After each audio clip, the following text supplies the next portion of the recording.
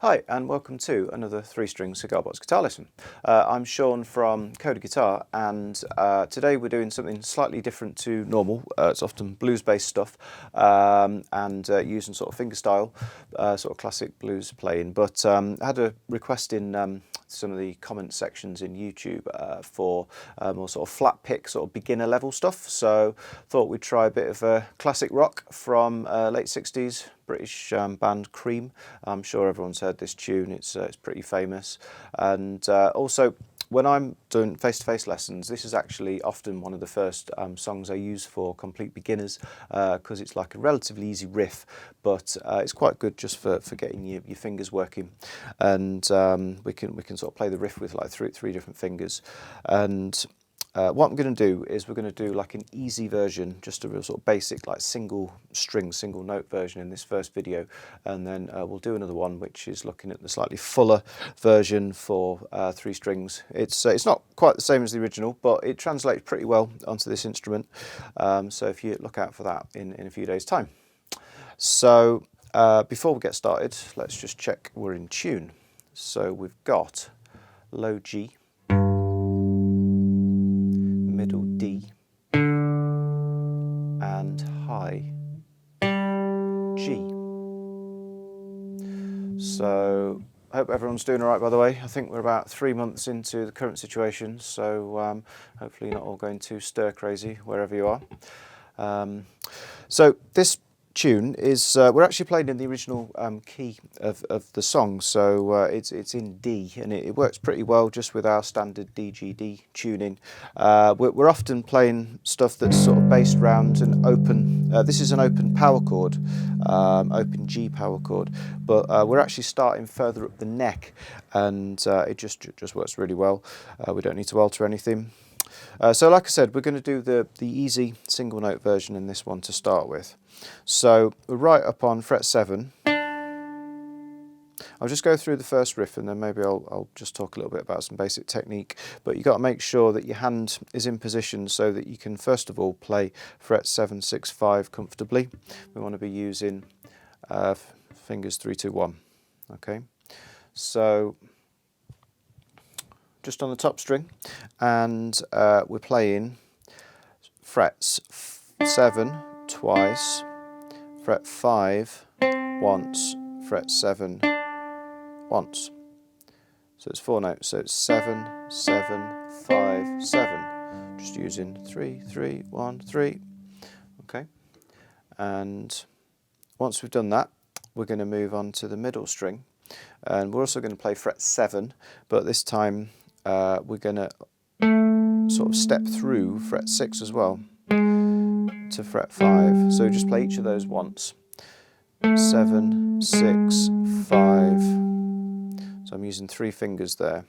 I mean, you can completely just use 1 finger all the way through, but it's quite good practice to use as many as possible because it gives them a good sort of workout to get used to playing. So we've got 7, 7, 5, 7, 7, 6, 5, and then I'm going to go for the open D, which is the middle string. Play that once, and then I'll just step down, use my first finger on fret 3 on the middle string, and then back to the middle again. That's the riff, that's the first riff. So it's 7, 7, 5, 7, 7, 6, 5, open, fret 3, open. All right. So a couple of things. I'll go over the timing in a minute, but how do you hold a pick? So hopefully everyone's all right. There's various ways of doing it. That by far the most common and probably the most efficient is to use your index finger in your thumb. So it wants to look like it's coming out the side of your thumb at like a right angle basically, and curl your index finger around as opposed to pinching it. That works pretty well. And also it's quite a big bit of plastic, so get a good grip so it's right underneath, so it's like the entire width of your thumb is sort of covering the pick. because you don't want to pinch it too tightly, otherwise it sounds pretty harsh when you like whack through the strings. So the more grip you've got on the pick, the more you can allow a little bit of looseness, so that there's a bit of give, and so you slip through the strings as opposed to cutting through. And also when you're playing riffs, which is what we're doing here, this is actually just completely based around a blues scale, which is 7, 5, 7, 6, 5, 3, open. So that's a D blues scale, starting on D. That's like a D. If you've ever played a basic sort of blues in G, that's a D chord up there. So this note here is a D. Sorry. So that's just a classic blues scale. So that's definitely a scale-based riff. And what we want to do is it can be quite good to find somewhere to rest, to sort of anchor, because this wrist movement is really good for picking single notes. Because you don't want to be twisting like that. That's like a strumming position. That's a strumming movement, which is great if you're playing chords, but if you're playing single notes, you get much more control like this. So without actually muting, we can do some palm muting, I'll go over that, but without actually muting, you can rest on the bridge. Just find a position where you can sometimes sort of rest without sort of catching the strings. Sometimes you can just move up and down slightly, that can help. And also they can be a little bit top heavy, cigar box guitars, because they're fairly sort of light bodies. So strap's really good. This sort of holds it in place, and then I'm actually just with my forearm just resting slightly on the top of the guitar, so it just sort of controls the angle of the neck slightly. Okay, so that combined with that, I'll give you something approaching a decent right hand position. All right, and probably just downstrokes is fine to start with. So that was the first riff, and like I said, we're doing the easy version, so we're just going to play that. It's actually 4 times around the riff for the intro, before the vocals come in, before the verse starts. So if you're going to play along with the original track eventually, it's 4 times around that. Then the vocals start, and it's another 4 times. So you've still got.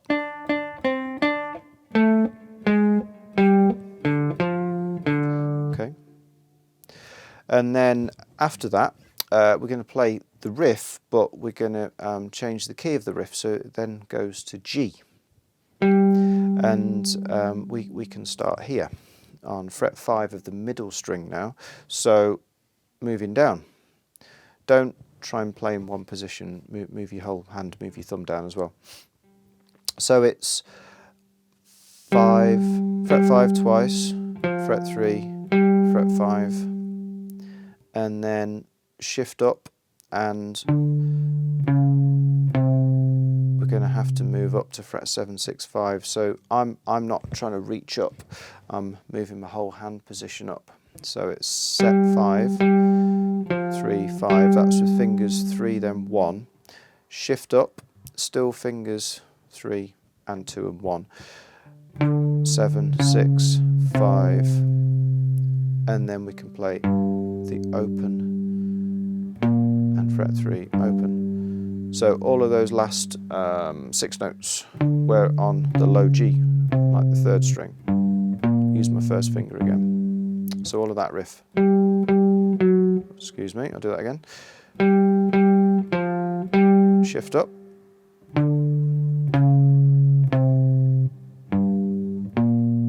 mean, you don't need to take your hand away, I'm just demonstrating it's the open string. So you only do that twice, so that was the G riff, and then you go back to the first one, the D riff.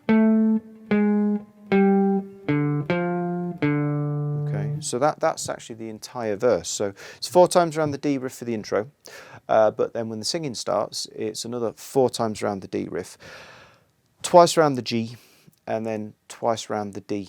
and that gives you the entire verse. Okay, so hopefully that's not too difficult, fairly straightforward.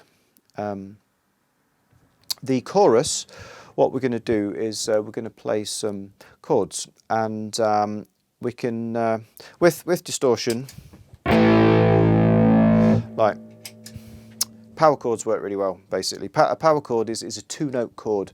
It's called a fifth chord. It's to do with like degrees of a scale and stuff, but basically we can just cover the whole of the neck. It's called a bar. So I'm on fret 2.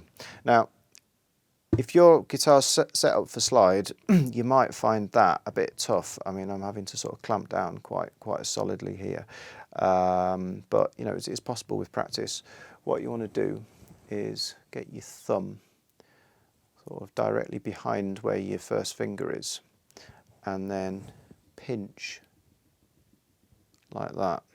So you're effectively trying to pinch onto the side of your first finger with your thumb, and you want to get pretty close to the fret.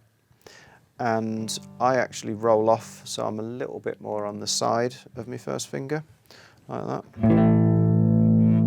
And what you've got to do is, if you're used to fretting, like as opposed to using a slide, you're probably used to actually curling your finger, like bridging your finger as it's called, and fretting with the tip. Don't do that. You've got to actually put the pressure on from, I'd say, this middle portion of your finger as opposed to the end, and it keeps it straight, keeps the weight dispersed across the strings. Okay. So I said a power chord's a two-note power chord because we've actually got, this is in A, because G, A.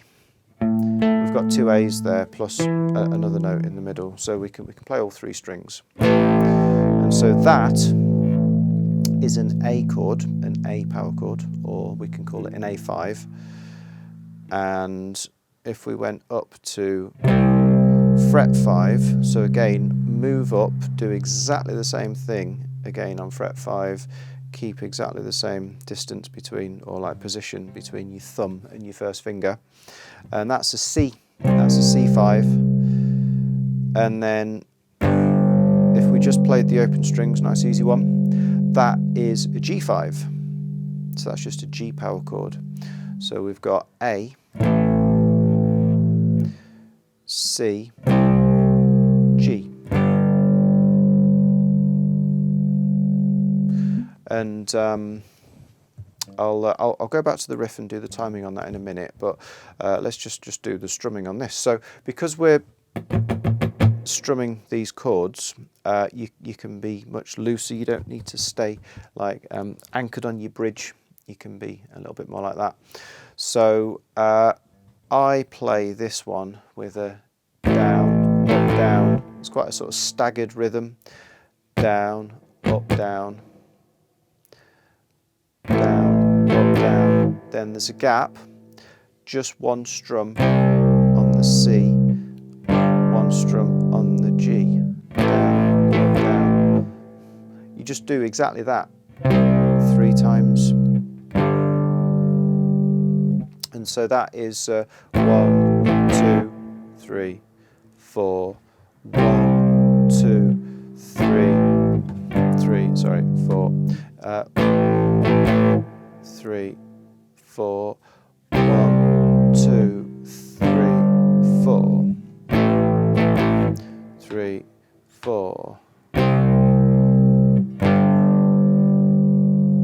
All right. And then after you've done that 3 times, you do a build at the end. And I mean, you can completely just do a typical sort of downstroke, even rhythm build like you get in tons of songs. But he actually does a funny sort of staggered, slightly bluesy sort of shuffle.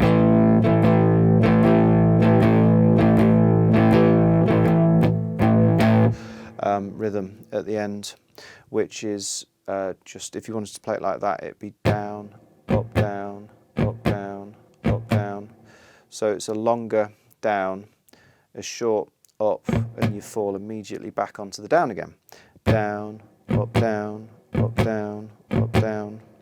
And this whole build lasts for what we call 2 bars, so that's two lots of 4 beats, because this song's in 4 beats in a bar. So it's 1, 2, 3, 4, 1, 2, 3, 4, and then you can sort of drive it out with downstrokes right at the end, and then you just back to the beginning.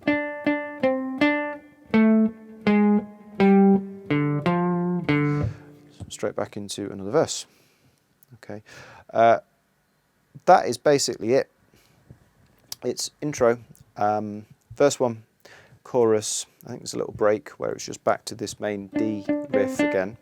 Verse 2, chorus, which are exactly the same as verse 1 and chorus 1. Solo, guitar solo. We're not going to attempt this on 3 strings. It's going to be a little bit on the tricky side. But that is over an entire verse and chorus. And then there's a final verse and chorus, and then it just fades out on that A chord, the build at the end. So that's it. Very simple structure. Okay, so what makes this such a memorable riff is the timing as much as the actual notes that are used, because what they're doing is they're playing a combination of notes that are on the beat and notes that are off the beat. So in a lot of rock music, we use sort of half beat notes or eighth notes, because you get 8 of them in a bar if you've got 4 beats in a bar. I've heard a lot of people say that, you know, rock music is based on eighth notes basically. Sometimes you could have, you know, sort of typical rhythm track like that. That's half beat notes or eighth notes. It's like 1, 2, 3, 4, or you could count it 1 and 2 and 3 and 4 and, yeah. So you're playing on and in between the beats, and so people often call the in between notes off beats, on, off, on, off, on, off. And so if you put some off beats in, it just makes, often it makes a riff sound more catchy. It's just a bit more sort of bouncy, it grabs your attention a bit more. And so it just literally sounds like this. The first 4 notes start on the beat, so we can say they've got an on beat feel. And then in the middle, it goes to off beats, and then it goes back to on at the end. So it goes like this: on, then off, off, off, back to on. You know, it almost gets your head nodding when you hear the off beats in the middle. On the beat, off, off, off, on. Now, by far the easiest way of learning songs, and you know, excellent professional famous players will often just listen to stuff and copy it. Don't think. It's very sort of instinctive, you know, because they're really good. And so use that approach. But if it's at all difficult, if you're struggling to kind of hear the exact timing, it can help to think about whereabouts the notes are placed.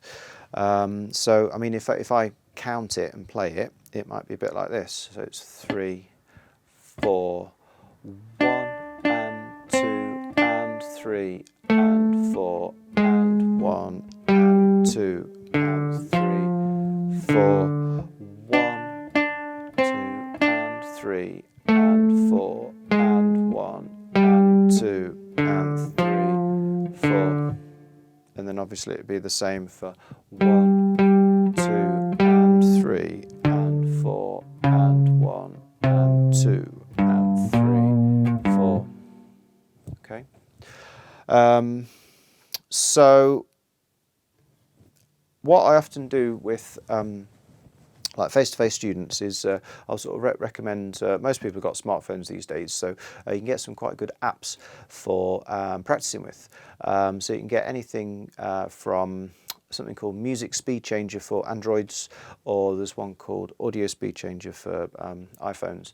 And if you can get hold of a copy of the track, like an MP3, stick it on your phone, or like on a sort of Google Drive or Dropbox or something like that.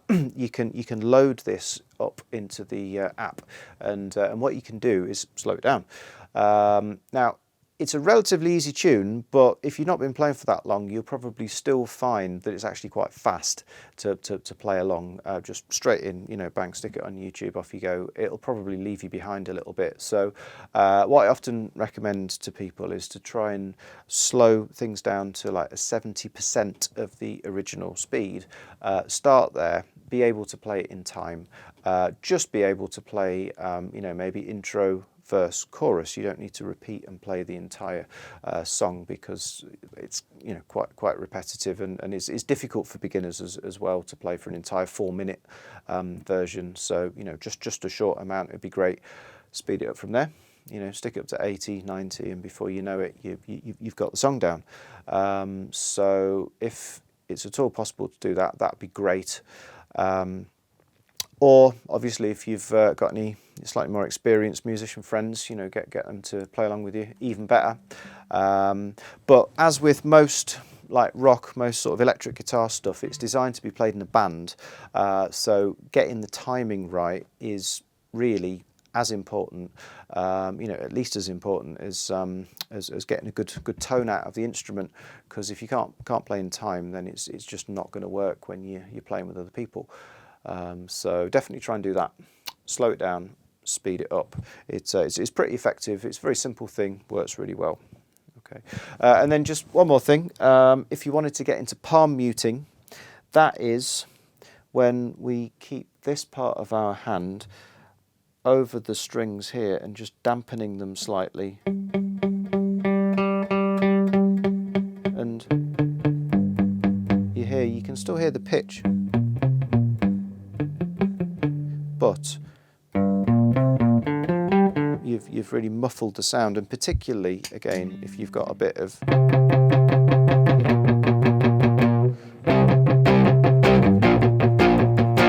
you know, sort of, I'm sure you've heard that on a 1,000 different rock tracks. If you've got that sort of like rock rhythm playing, chugging works pretty well. So what I'm doing is I'm maybe just starting on the bridge, and just rolling it off into a picking position, and then just moving up and down the length of the strings until I find something that sounds good, like a good tone. Because your hand's coming across at an angle, you might need to adjust your position depending on which string you're trying to palm mute. So right at the beginning, I was, see, that's almost a little bit too muted.